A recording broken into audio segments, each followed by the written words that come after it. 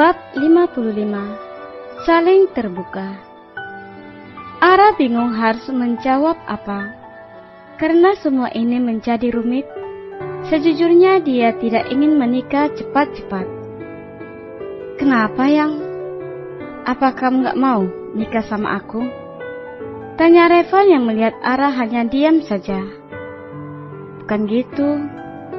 Ara menghela nafas kasar. Apa kamu benaran siap untuk nikah di usia muda?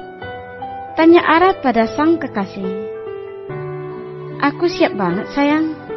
Lihat, sekarang aku sudah sukses. Sesuai keinginanmu yang mengatakan bahwa kita harus sama-sama sukses agar kamu mau bersamaku. Dan hal itulah yang membuatku semangat belajar sambil bekerja menanyamet bisnis. Aku siap kapanpun untuk bisa bersama denganmu, jawab Revan. Iya. Ara dan Revan memang sejak dulu saling mensupport. Mereka saling mendukung satu sama lain agar cita-cita yang diinginkan tercapai. Kalau kamu siap, aku juga siap, jawab Ara tersenyum, membuat Revan juga langsung tersenyum lebar. Tapi tetap harus pakai lamaran, dan nikahnya juga harus di Indonesia. Aku ingin kamu dan Mas Aldo pulang ke Indonesia. Kita bisa. Reva menghentikan ucapannya ketika terdengar suara dari ponsel yang sangat nyaring. Reva mengambil ponsel itu dan melihat nomor tidak dikenal kembali menelepon. Revan tahu pasti itu nomor Cecilia, karena sejak Jovika mengatakan pada Revan bahwa Cecilia masuk ke rumah sakit karena pencobaan pembunuhan diri. Dia sering mendapatkan email dari Martin, sang asisten pribadi, bahwa ada beberapa klien menarik kembali sahamnya. Tetapi itu tidak berpengaruh sama sekali karena Reva masih memiliki segelotor dana untuk menambah saham yang diambil kembali itu. Kenapa nggak diangkat? Tanya Ara yang melihat Revan hanya diam tanpa ekspresi.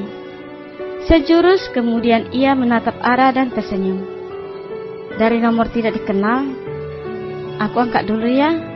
Ara mengangguk. Reva menarik napas dalam-dalam sebelum menggeser tanda hijau di layar ponselnya. Halo? Halo Revan? Kenapa kamu menghindar? Aku tahu kamu tidak mau bersamaku. Tapi please, jangan pergi. Stay here with me.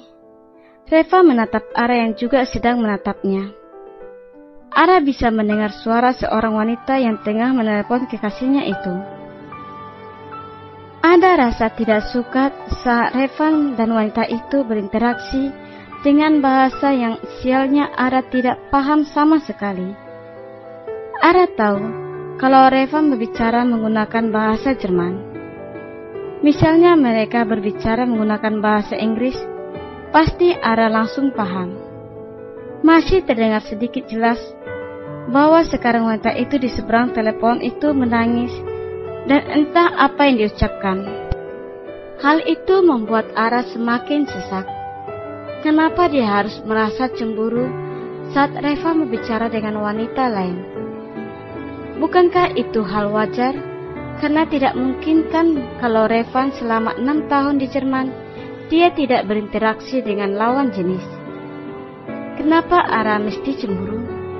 Cecil, aku tidak peduli dengan ancamanmu. Kamu tidak pernah mencintaiku. Kamu hanya terobsesi padaku. Dan akan kutegaskan bahwa sekarang aku sedang bersama dengan calon istriku. Aku akan menikah dan aku tidak peduli dengan ancaman konyolmu itu. Kalau kamu mau bunuh diri, aku tidak peduli. Aku tahu kamu dalang dibalik beberapa klienku memutuskan hubungan kerja. Aku tahu kamu memang wanita hebat. Tapi kalau kamu memang wanita yang smart, seharusnya kamu tidak akan melakukan hal yang memalukan seperti ini. Kuharap kamu paham. Dan aku sudah tidak peduli dengan dirimu. Aku memiliki orang yang sangat kucintai, dan kalau kamu mengancamku akan menyakiti istriku, akan kupastikan sendiri bahwa aku juga tidak akan tinggal diam. Revan langsung mematikan panggilan itu, menatap Ara yang sudah mengalihkan pandangannya. Revan tahu kalau Ara terlihat tidak suka ketika yang menelepon Revan adalah seorang wanita. Ada sedikit rasa bangga di hatinya karena membuat Ara cemburu, dan artinya kekasihnya ini memang sangat mencintainya. Dia Cecilia, sahabat sekaligus partner kerja. Ucap Revan tiba-tiba membuat Ara refleks menoleh. Sepertinya Revan tidak ingin membuat Ara berlama-lama menahan rasa cemburu. Lalu, kenapa tadi dia menangis? Apa kau melakukan sesuatu padanya? Tanya Ara sedikit penasaran. Revan mengambil tangan Ara dan menggenggamnya. Aku menolak cintanya, jadi dia menangis. Aku mengatakan bahwa saat ini tengah bersama dengan calon istriku. Cap Reva mencium punggung tangan Ara, membuat hati gadis itu langsung menghangat. Ara percaya bahwa Revan tidak mungkin mengkhianatinya. Dia juga bisa melihat ekspresi wajah Revan dan nada suara datarnya saat cowok itu menjawab telepon dari wanita bernama Cecilia tadi. Jadi dia tidak terima kalau kamu menolak cintanya. Reva mengangguk, masih menggenggam tangan Ara yang mulai menghangat itu. Reva menatap Ara sangat dalam. Sepertinya dia harus menceritakan semua permasalahannya dengan Cecilia. Karena Ara sudah tahu dan mendengar sendiri saat Cecilia menangis memohon kepada Revan, dan Revan langsung menolaknya dengan tegas. Tetapi permasalahannya di sini adalah Cecilia adalah wanita nekat. Dia harus menceritakan kepada Ara agar Ara juga bisa hati-hati. Meskipun Revan berjanji akan selalu melindunginya.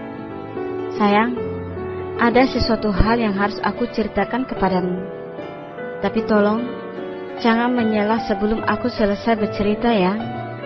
Ara mengerutkan keningnya. Memangnya kenapa? Reva menarik hidung mancung gadis itu gemas. Karena ini cerita penting. Suatu kejadian di mana aku belum pernah menceritakannya padamu. Kamu tahu sendiri kan? Kalau selama ini aku selalu menceritakan semua masalahku. Tapi untuk satu ini, aku memang belum memberitahukanmu.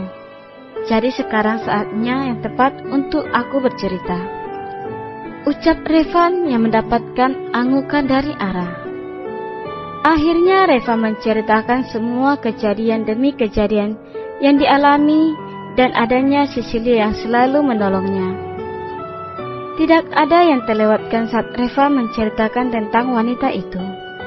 Bagaimana dia mengancam akan menyakiti Ara jika Reva menikahinya, dan percobaan bunuh diri yang dilakukan Cecilia membuat Ara histeris dan sangat syok. Itu bukan cinta, Revan, seru Ara ketika Revan berhenti bercerita. Gila, ya Allah, itu gila namanya. Kenapa tiba-tiba aku jadi ingin menjadi psikolog saja? Ara mendesah gusar, merasa bahwa wanita seperti Cecilia memang ciri-ciri wanita yang nekat.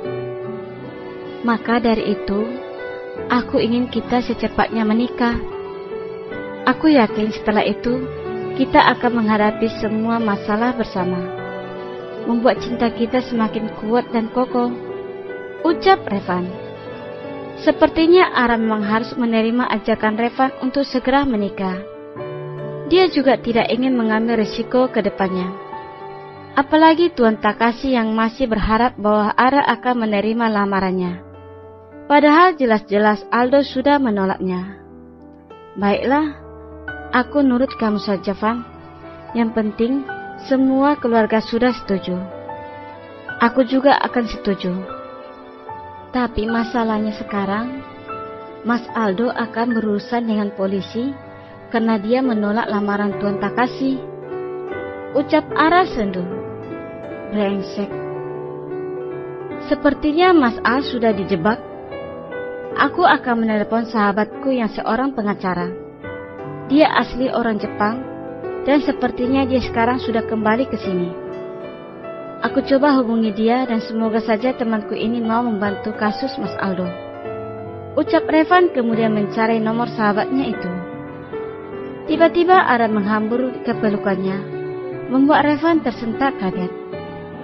Makasih, Van. Ternyata aku memang tidak salah memilihmu.